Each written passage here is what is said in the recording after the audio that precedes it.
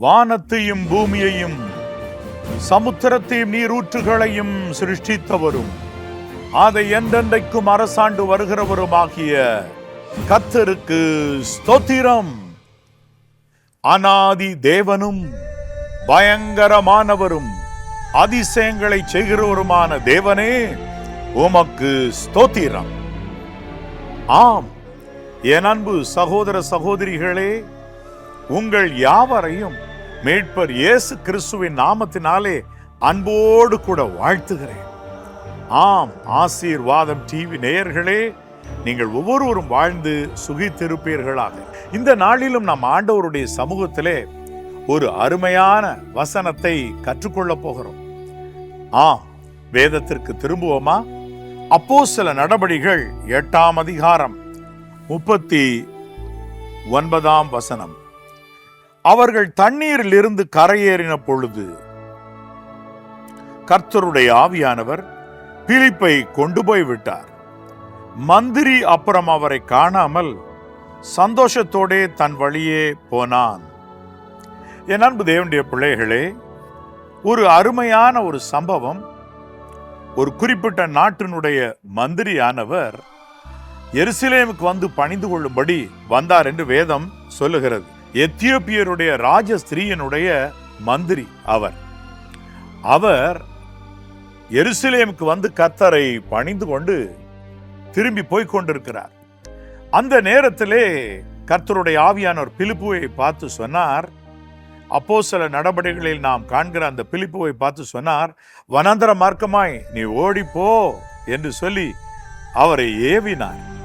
அவரை நடத்தின பொழுது பிலிப்பு போய்கொண்டிருந்த நேரத்தில் ஒரு ரதத்தை கண்டார். அது இந்த மந்திரியினுடைய ரதம். கர்த்தருடைய ஆவியானவர் சொன்னார், இந்த ரதத்துடனே போய் சேர்ந்து கொள் என்று சொன்னார். அப்படியே போய் இவர் போன பொழுது அந்த மந்திரி ஏசாயா தீர்க்கதரிசன புஸ்தகத்தை படித்துக் கொண்டிருந்தார். அப்பொழுது இவர் கேட்டார், நான் இதற்குரிய அர்த்தத்தை உமக்கு சொல்லட்டுமா? அதே போல அவர் அர்த்தத்தை விளக்கி சொல்லி, இரட்சகராகிய மீட்பர் இயேசு கிறிஸ்து இந்த உலகத்திற்கு வந்து மரித்து அவர் ஜீவனை மனுஷருக்காக, மனு குலத்திற்காக, மண்ணுயிருக்காக ஆம் கொடுக்க வேண்டியது அவசியம் என்பதையும் எல்லாவற்றையும் அவர் விளக்கி சொன்ன பொழுது அந்த மந்திரியினுடைய கண்கள் ஏற்கனவே தேவனை தேடிக் கொண்டிருந்தபடினால் பிரகாசம் அடைந்தது. ஒரு தண்ணீர் உள்ள ஒரு இடம் வந்த பொழுது, ஒருவேளை பிலிப்பு மீட்பர் இயேசு கிறிஸ்து ஆம் இரட்சகராகிய அவர், உலகநாதராகிய அவர் இந்த உலகத்து வந்த பொழுது ஞானஸ்நானம் பெற்றார் என்றெல்லாம் சொல்லி இருக்கலாம். ஒருவேளை அதையெல்லாம் கேட்டிருக்க கூடும். இது நான் இவர் கெஸ் பண்ணி பார்க்கிறேன். அப்பொழுது அவர் கேட்டார், தண்ணீர் உள்ள இடம் வந்திருக்கிறதே, நான் ஞானஸ்நானம் பெறுவதற்கு வேற ஏதாயிலும் தடை உண்டா என்று சொல்லி.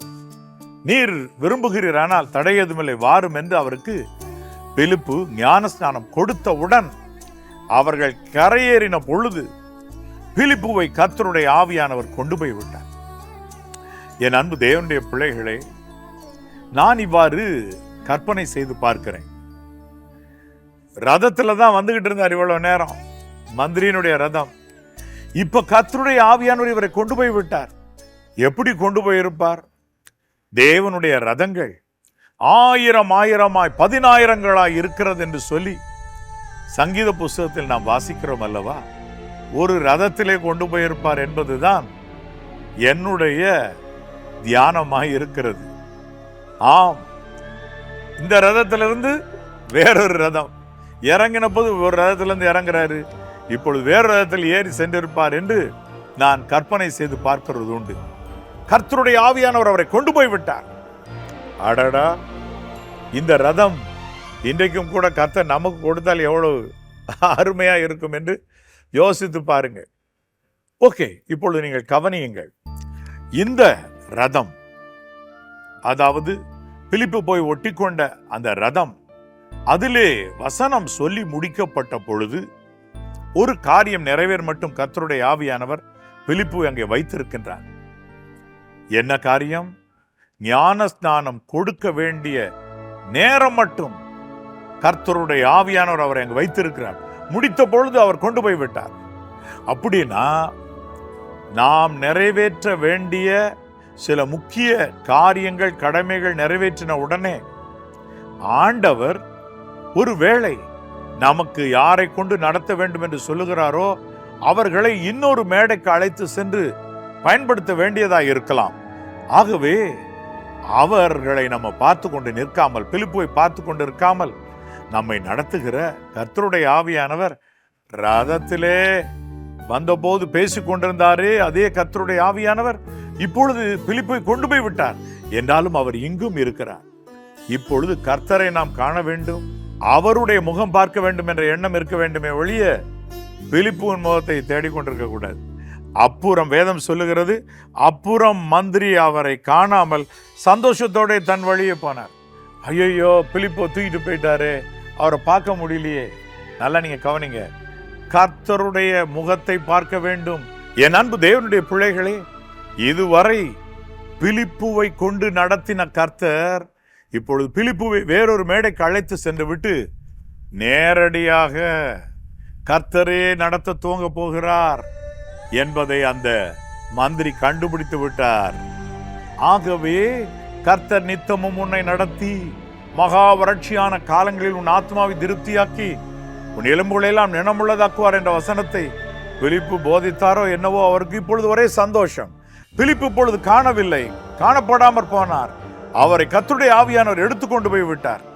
ஆனால் இப்பொழுதோ கர்த்தர் என்னை நடத்த துவங்க போகிறார், கர்த்தரே என்னோடு கூட இடைப்பட போகிறார், இனி என்னுடைய வாழ்க்கையை கர்த்தர் பொறுப்படுத்தி நடத்த போகிறார் என்ற ஒரே விசுவாசத்தோடு கூட கலக்கமே இல்லாமல் புறப்பட்டு தன் வழியே போகிறார். அந்த மந்திரிக்கு இருந்த வெளிச்சம் இன்னைக்கு வரட்டும், உங்களுக்கு உங்களுடைய ஆவிக்குரிய கண்களுக்கு வரட்டும். இவ்வளவு நேரமும் இரட்சகராகிய மீட்பர் இயேசு கிறிஸ்து உங்களோடு கூட நேரடியாய் இந்த பிரசங்கத்தின் மூலமாக இடைப்பட்டு கொண்டிருக்கிறார் என்பதை புரிந்து கொண்டீர்களா? ஆம், கர்த்தர் உங்களோடு இடைப்பட போகிறார். நித்தமும் உங்களை கரம் பிடித்து நடத்த போகிறார். நீங்கள் சொல்லலாம், நான் வாலிப பிராயத்தில் இருக்கிறேன், எப்படிப்பட்ட ஒரு சோதனை எனக்கு வருகிறது யாருக்குமே தெரியாது. இல்லை இல்லை, அந்த மந்திரியை நடத்த துவங்கின அதே கர்த்தருடைய ஆவியானவர், அதே கர்த்தர் உங்களை நடத்துவார். புரிஞ்சுக்கிடுங்க, ஒவ்வொரு சின்ன சின்ன ஸ்டெப்புக்கும் ஒரு ஊழியக்காரர் வந்து விளக்கம் கொடுக்க தேவையில்லை. நீங்க பரிசுத்த ஆவியானவர் வருந்தி கேட்டா உங்களை நிறைச்சிருவாரு, மட்டுமல்ல நடத்துவார். கர்த்தர் உங்களை நித்தம் நடத்தி என்றபடி கர்த்தராகிய இயேசு கிறிஸ்து உங்களை நடத்துவார், தினமும் நடத்துவார், உங்களோடு கூட இருந்து அருமையாய் காத்து நடத்துவார். கர்த்தர் தாமே உங்களுக்கு முன்பாக போகிறவர். அவர் உங்களை விட்டு விலகுகிறதும் இல்லை, கைவிடுகிறதும் இல்லை. நீங்கள் பயப்படாமலும் கலங்காமலும் இருங்க. கர்த்தருடைய வல்லமை இறங்கி கொண்டிருக்கிறது. இது முதற்கொண்டு தேவனுடைய பிள்ளையே, நீ சந்தோஷத்தை உடையவனாயிரு. உனக்கு அறிமுகமாக உன்னை நடத்தி கொண்டிருந்த வயதில் மூத்த ஒரு ஊழியர் ஒருவேளை கடந்து போயிருக்கலாம். அடடா, அவர் இருந்திருந்தால் இப்பொழுது என்னவா இருக்கும் என்று கலங்கி நிற்காம உன்னை புரிஞ்சுக்கிடணும். அவர் மூலமா என்னோடு பேசின கர்த்தர் இப்பொழுது நேரடியாக என்னோடு இடைப்பட போகிறார். இதோ உலகத்தின் முடிவு பரியந்தம் சகல நாட்களிலும் நான் உங்களுடனே கூட இருக்கிறேன் என்று ஆண்டவர் உங்களுக்கு சொல்றாருல்ல. பைபிள் திறந்து அந்த வசனத்தை படிச்சு பாருங்க. உங்களுக்கு சொல்லுகிறேன் என்று உங்களுக்கு நேராக அந்த வசனம் வரும். நான் உன்னை விட்டு விலகுவதும் இல்லை, உன்னை கைவிடுவதும் இல்லை என்ற வாக்குத்தத்தம் உங்களுக்கு நேரம் வரும். புதிய ஏற்பாட்டில் நம்ம படிக்கிறோம்ல, நான் உன்னை விட்டு விலகுவதும் இல்லை, உன்னை கைவிடுவதும் இல்லை என்று எழுதியிருக்கிறபடி நான் உங்களுக்கு உள்ளவைகள் போதும் என்று எண்ணுங்கள், பயப்படாதிருங்கள், கர்த்தர் உங்களை பார்த்துக் கொள்வார் என்ற அர்த்தப்பட எழுதியிருக்கிறதே. அப்படின்னா அன்றைக்கு யோசுவா கொடுத்தார், இன்றைக்கு நமக்கு அந்த வாக்குத்தத்தத்தை கொடுக்கிறார். உங்கள் ஒவ்வொருடைய கைகளை பிடித்துக் கொள்வார். தகப்பன் தன் பிள்ளையை சுமக்கிறது போல, தகப்பன் தன் பிள்ளைக்கு இறங்குகிறது போல, பிள்ளைகளுக்கு இறங்குகிறது போல உங்கள் ஒவ்வொருவரையும் தனித்தனியே கர்த்தர் நடத்தி உங்கள் கண்ணீரை துடைத்து உங்கள் சஞ்சலத்தை மாற்றி உங்கள் தவிப்பை நீக்கும்படி கர்த்தர் உங்களை காணும்படியாக, உங்களை தொடும்படியாக, உங்களை நடத்தும்படியாக, உங்களை கை பிடிக்கும்படியாக வந்திருக்கிறார். நித்திய காலமாக உங்களை நடத்தும்படி, இன்று நாளை என்று அல்ல, எந்நாளும் உங்களை நடத்தும்படி, அருமையாய் நடத்தும்படி வருகிறார்.